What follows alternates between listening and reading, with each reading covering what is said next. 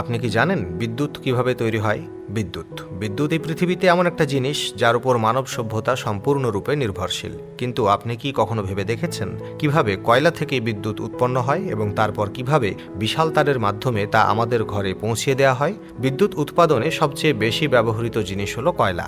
দেশের ৭৫% বিদ্যুৎ কয়লা ভিত্তিক বিদ্যুৎ কেন্দ্র থেকেই উৎপাদিত হয়। ১,০০০ মেগাওয়াট কয়লা কেন্দ্রে দিনে ৯,০০০ টনের বেশি কয়লা ব্যবহার করা হয়। তার মানে একটি পণ্যবাহী ট্রেনে যদি ১০০ টন কয়লার ৯০টি বাক্স থাকে, তবে পুরো পণ্য ট্রেনটি একদিনে ব্যবহার করা যাবে, অর্থাৎ বছরে ৩৬৫টি কয়লা ভর্তি ট্রেনের প্রয়োজন হবে। এখন বিদ্যুৎ উৎপাদনের জন্য বয়লার থেকে শুরু করে টারবাইন এবং জেনারেটর পর্যন্ত অনেক বড় যন্ত্রপাতি চালাতে হবে, যা শুরু হতে অনেক ঘন্টা সময় লাগে।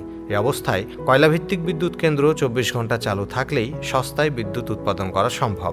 এ কারণে প্ল্যান্টের একটা বড় অংশ শুধুমাত্র কয়লা স্টোরেজ করা হয়, যাতে কয়লার কোনো অভাব না হয়। যখন পণ্যবাহী ট্রেনগুলি বিদ্যুৎ কেন্দ্রের মূল্যবান ভাণ্ডার অর্থাৎ কয়লা নিয়ে প্ল্যান্টে পৌঁছায়, তখন এক এক করে সমস্ত কোচ আলাদা হয়ে যায় এবং একটি জলের ফোয়ারার নিচে চলে যায়, যার কারণে কয়লা কিছুটা ভিজে যায়, যাতে পরবর্তী সময়ে বাক্সগুলো ঘোরানোর সময় আসলে ধুলো না ওড়ে। এখন ভেজা কয়লা সম্বলিত সমস্ত বাক্স একে একে একটি নির্দিষ্ট জায়গায় নিয়ে আসা হয়, যেখানে একটি মেশিন সেগুলো তুলে নেয় এবং সম্পূর্ণরূপে ঘুরিয়ে দেয়, যার কারণে ওইসব কোচের সব কয়লা নিচে ক্রমাগত চলমান কনভেয়ার বেল্টে পড়ে থাকে।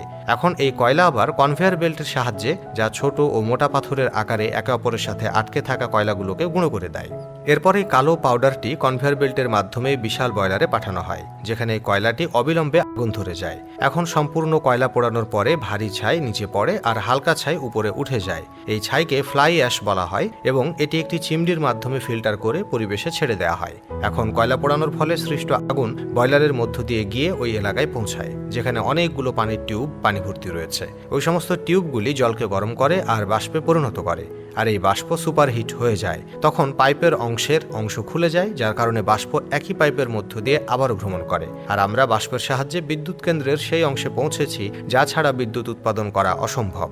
হ্যাঁ, আমরা সেই টারবাইনের কথা বলছি, যা পাইপ থেকে বের হওয়া বাষ্প অর্থাৎ উচ্চ চাপের বাষ্পের প্রভাবে দ্রুত ঘূর্ণন শুরু করে। এখন টারবাইন ঘূর্ণনের ফলে একটি উচ্চ যান্ত্রিক শক্তি উৎপন্ন হয়, যার সঙ্গে সঙ্গে একটি বড় জেনারেটরে পাঠানো হয়, এবং এই যান্ত্রিক শক্তির কারণে সেই জেনারেটরের চৌম্বক ক্ষেত্রটি বিঘ্নিত হয় এবং তাদের মধ্যে বিদ্যুৎ উৎপন্ন হতে থাকে। দর্শক, কয়লা থেকে বিদ্যুৎ তৈরির এই অভিনব পদ্ধতি আপনার কাছে কেমন লেগেছে তা অবশ্যই আমাদের জানাতে ভুলবেন না। এরকম আরও মজার ভিডিও পেতে আজই আমাদের পেজটি ফলো করে রাখুন। এতক্ষণ সঙ্গে থাকার জন্য আপনাকে অসংখ্য ধন্যবাদ।